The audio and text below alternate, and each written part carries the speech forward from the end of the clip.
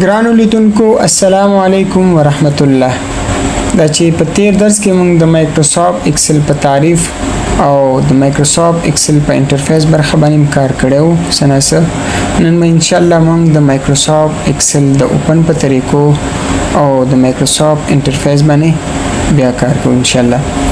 لکه څنګه چې د مایکروسافت ورډ په کومو طریقو باندې خلاصېدلو همغه طریقې د مایکروسافت ایکسل لپاره استعمالېږي. د څو طریقو نه بدلته پکې استفاده وکړو.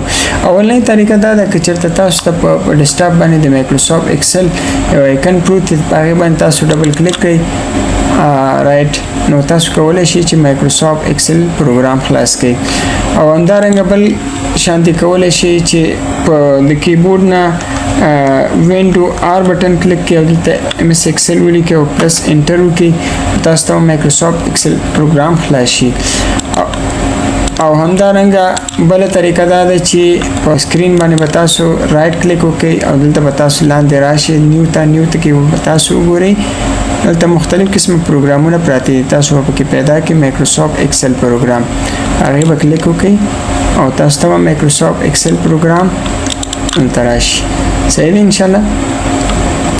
دا و د مایکروسافت د اوپن کولو مختلفې طریقې او داسې نورې طریقې هم شته. تاسو نورې طریقې د یادولو لپاره ګورئ نو زموږ د مایکروسافت ورډ د اوپن طریقو څخه زده کوئ. دغه برخه چې دا د مایکروسافت ایکسل انټرفیس یعنی داخلي کومه برخه چې تاسو کله مایکروسافت ایکسل پروګرام کولاو کې دا که شانتي یو صفحه تاسو ته ښکاري. په تیر درس کې موږ یو یادګاري کړې وه د ټول د مایکروسافت ایکسل د انټرفیس برخه، خو دوباره یو ځل بیا هم تکرارو. دغه برخه موږ د کویک ایکسس ټول بار په نامه یاده کړې وه او دا د ټایټل بار په نامه وه او دا د هوم ټایپ شولو او دا انزرټ ټایپ شولو، دا دې ته ټایپ برخه ویل کېږي، پخوا به دې ته مینو بار ویل کېدله. بیا د هر ټایپ کې خپل خپل ریبنې دي. صحیح دی. ګورئ هوم ټایپ خپل ریبن لري، دا مختلف دا ټوله د ریبن برخه د هوم او همدارنګه دا د هر ټایپ خپل ځان ته برخه لري. صحیح دی. بیا دا برخه چې وه مونږه د فارمولا بار په نامه یاده کړله او فارمولا بار په نامه باندې یادېږي او دا د نیم بوکس برخه ده. د ای بی سی مونږ مخکې ویلي وه چې د کالم هیډینګ په نامه یادېږي او دا د را هیډینګ په نامه یادېږي. یعنی ورټیکل چې دی دې ته کالم ویل کېږي او هاریزنټل ته را هیډینګ ویل کېږي. بیا د یوې برخې ته نه د یوې برخې ته دې ته بیا سیل وایو. صحیح دی.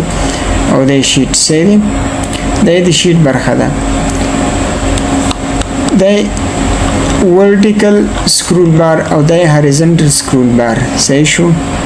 په دې باندې زوم آوټ او زوم ان کولی شئ تاسو. زو د مایکروسافت ایکسل د ټایپ برخې نه شروع کوو چې اولنی ټایپ چې دی زموږ د فایل ټایپ دی. چې کله فایل ټایپ ختم کړو بیا به هوم ټایپ ته راځو انشاءالله.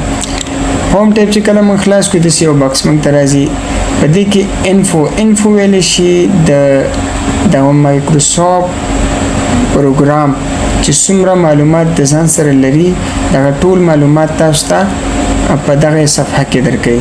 صحیح شو. مثلا دغه تاسو مایکروسافت ایکسل پروګرام چې کولاو کړی دی دا دومره سایز کې دی. ټایټل تاسو ورکولی شئ، دې ځینه ټیګ هم تاسو ځینه ورکوئ، د څه په باره کې کټګوري ورکولی شئ. صحیح دی.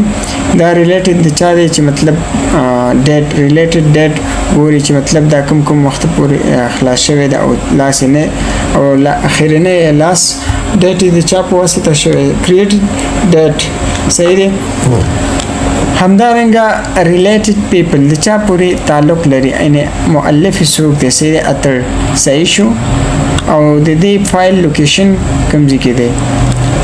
دا و زموږ د نن ورځې درس.